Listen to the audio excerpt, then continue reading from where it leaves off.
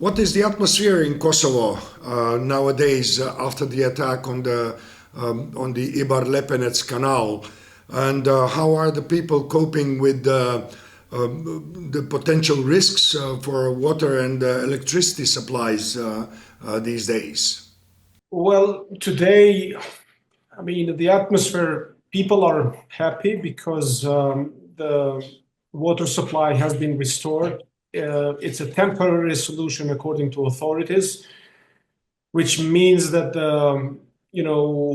the cities that were affected, which are four, has been supplying those cities with water supply, drinking water has been restored. But also, what is also important and what was hit, is the power plants, because this canal supplies one of the power plants, Kosovo B, and based on latest information, everything is in order. So situation is restored, and in that sense, people are kind of happy that we managed to pull this through. Although from Friday and into the weekend, you can see that people are worried, and these topics of should be buy water and be prepared and what's coming. You could feel the tension building up. In a closed environment that I was kind of observing, but I must say that this is also the case because it was a worrying act of terror. Yes, yes. From what we could see, it's quite a damage, but also the feelings of the people, the atmosphere in the society is pretty important. So if people are content with the swift reaction and at least temporary solution of the problem, that's satisfying enough. However, the European Union has classified the incident as a terrorist one, and it was called terrorist attack and sabotage.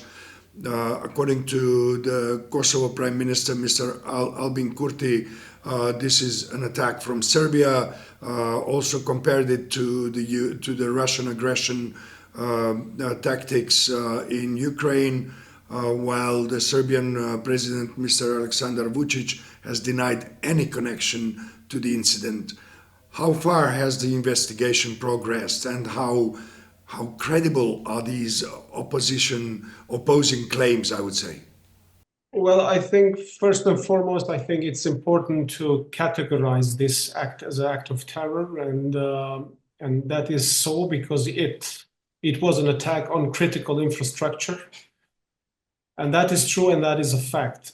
And then, of course, my opinion is that whose interest would be to do these acts in this, and before jumping into conclusion and leave this to investigations, I mean, it goes without saying that the main interest is a Serbian interest, also their big brother, which is Russia, to kind of play and provide these new hotbeds, new conflicts, or just spark new events so that it keeps the tensions on, which seems to be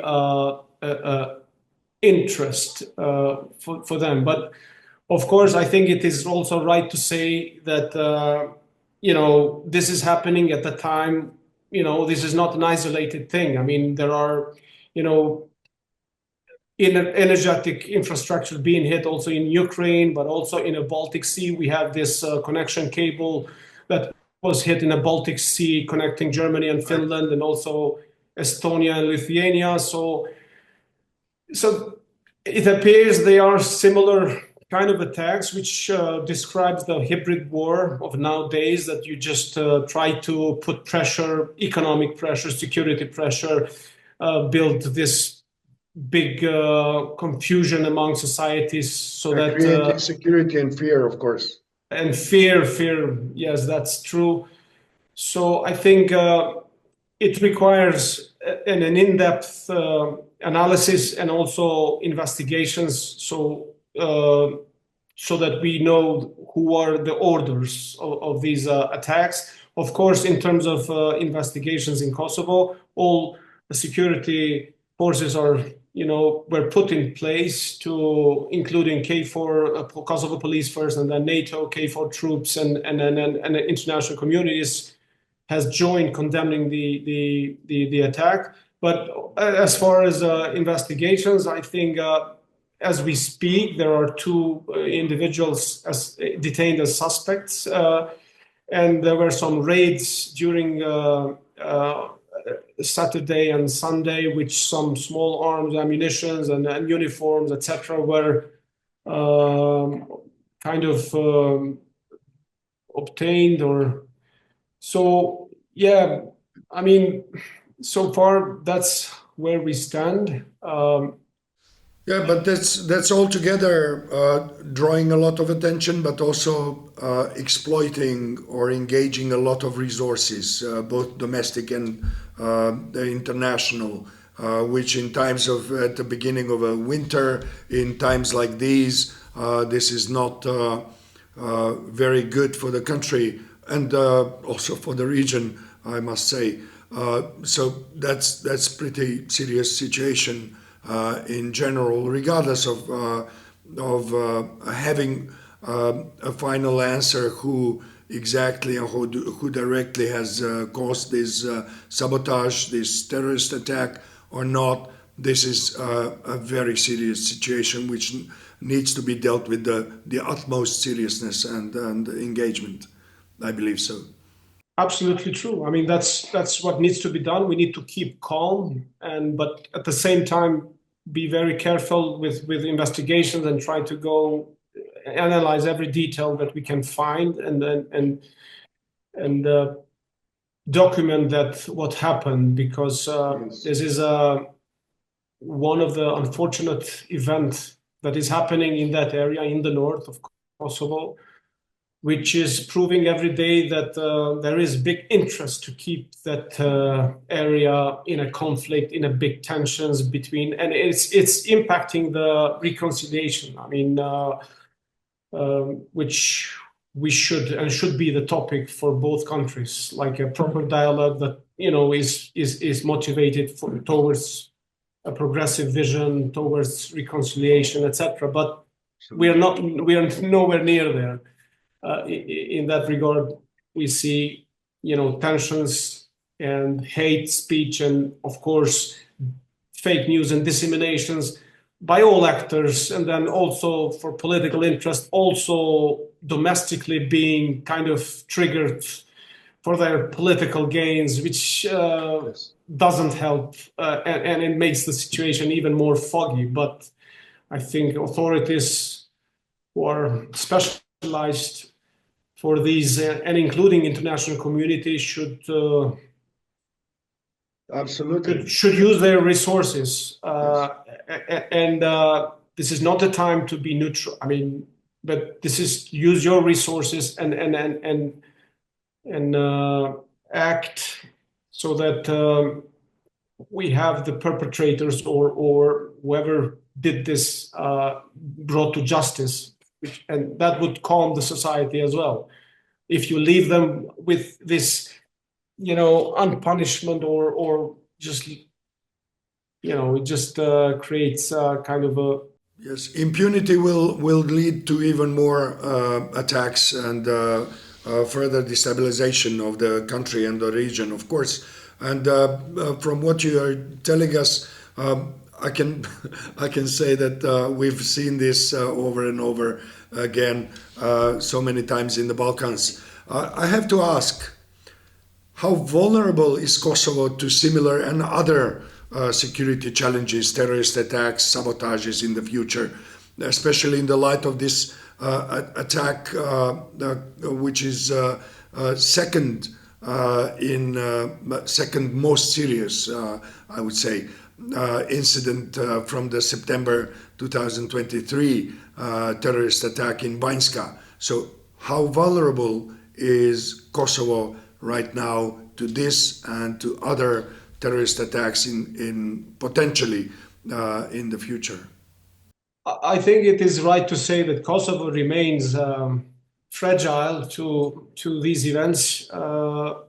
Disinformation, we are a fertile soil for disinformation to pick up because of the tensions that are existing.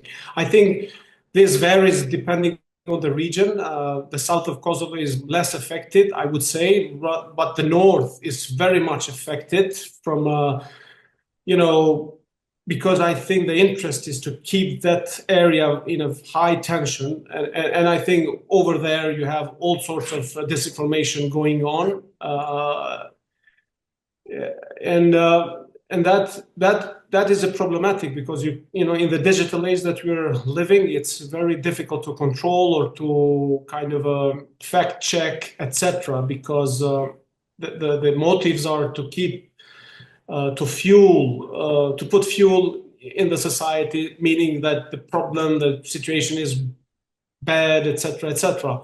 In the south of Kosovo, of course, is not perfect, idealistic, but it's less so. But of course, here as well, disinformation then is used for different aims and goals, mainly to use those things to put fights among political parties and then use that to for electoral gains, etc. But I think we are a fertile soil for disinformation and propaganda because we don't see that this situation has calmed down, and on the contrary, it's escalating. It's kind of and I think it's also related to the world where we are, because I think it's a vacuum or a gap in you have the EU institution like being established, but then you have the new American president taking office in a 2 months time. So I mean, this is not based, but my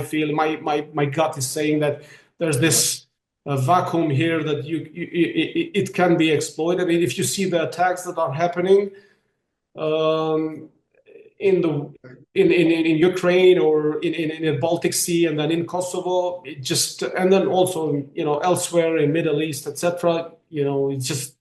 It leaves me the impression that okay, now is the time to create new hotbeds and make a chaos so that we spread the West or the alliance as far as possible, so that they are kind of distracted. So I think it's time for unity. I think it's time for democracy. It's time for all people to keep calm, but at the same time work together to mitigate the challenges that we are facing, and those are mainly energetic at the moment, economical, but also security and security as well is most important.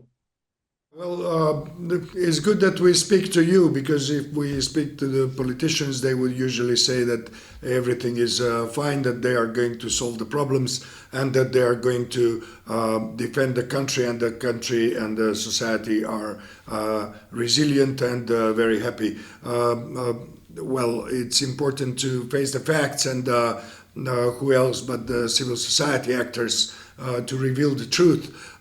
In this respect, you already spoke about the disinformation campaigns, and that the Kosovo society, but also all Western Balkan societies, as well as beyond societies beyond this region, are extremely vulnerable to disinformation campaigns. Well, in that respect, what is the impact of the disinformation and propaganda in Kosovo in the last period of, let's say, 1 year, since Banjska till here?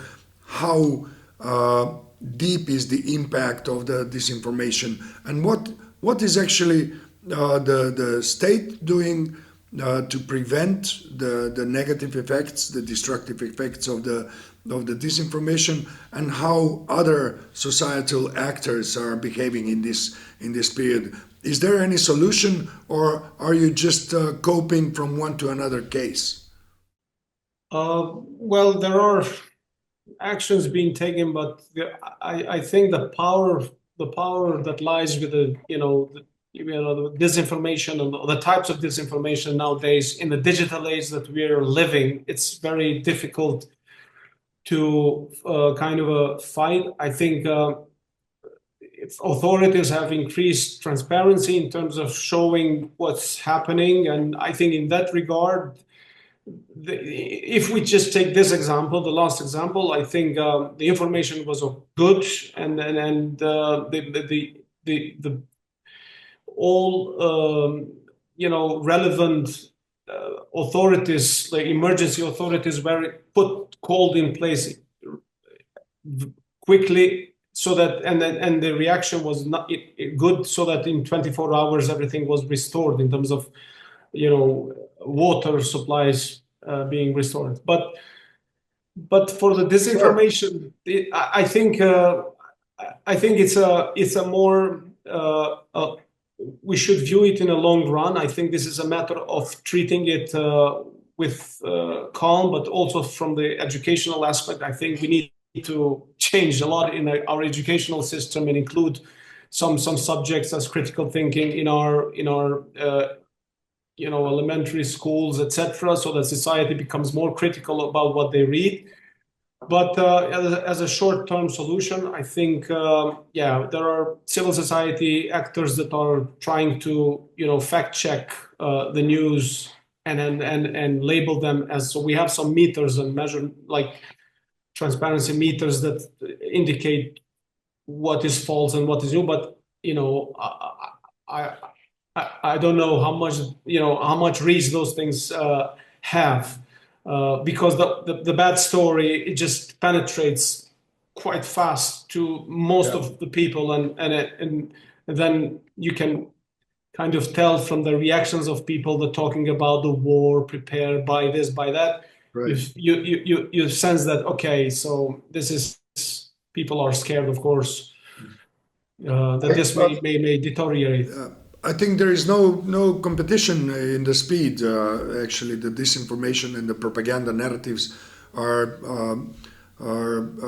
incomparably faster in being disseminated, in being installed or instilled in people's minds.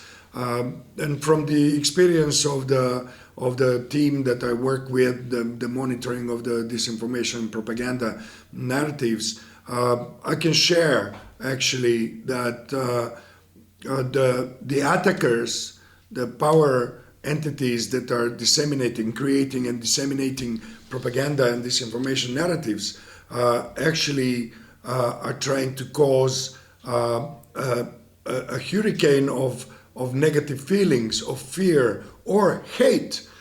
So it is possible to see, and we've seen that in other cases, that hate narratives are being disseminated in order to destabilize and to sow hate and fear among people.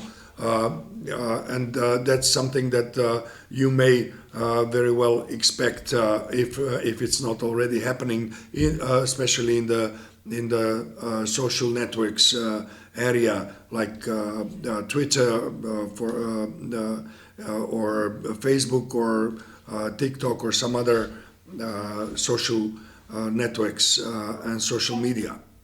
You touched a very good point. I mean, I can say that, observing as an outsider, of these phenomenons, I can easily say that, what is happening, that the aim is to polarize the society as much as possible. And I think how this is working is basically trying to find weak spots among society, and where those weak spots are found, usually, those are between far right groups, and that can be, Islamophobic, and that could be, anti-Serb or pro-Serb or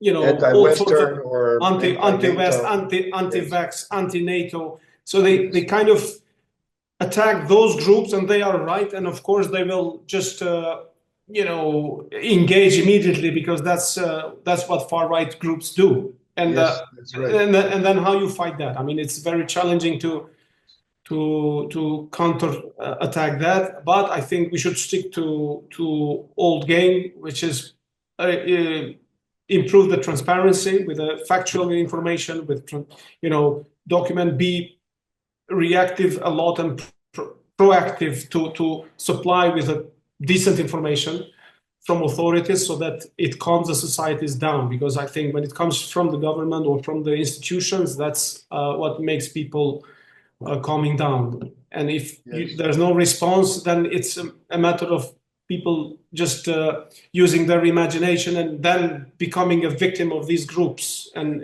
then you don't control those.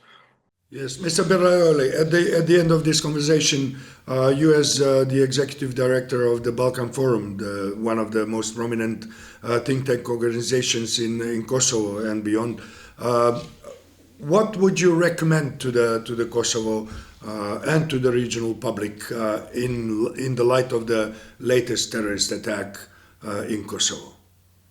Well, my message for Kosovo is basically, I think it's a time when everyone should be united.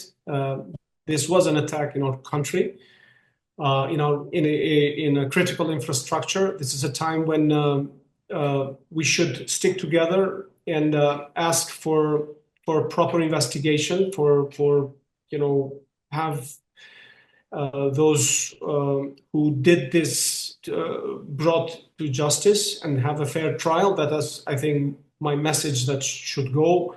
We should keep and adhere to democratic principles, and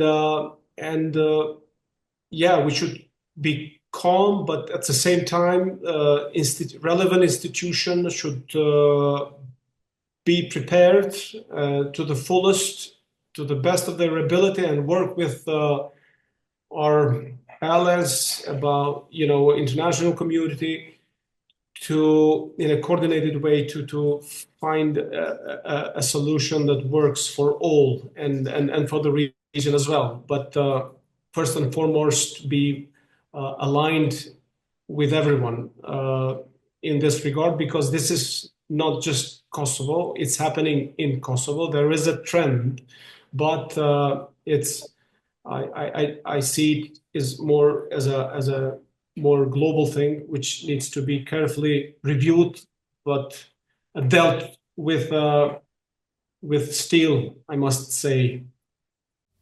Yes, and calmness, of course. Thank you very much for this interview, Mr. Berlajolli. Have a good day. Thank you. It was pleasure.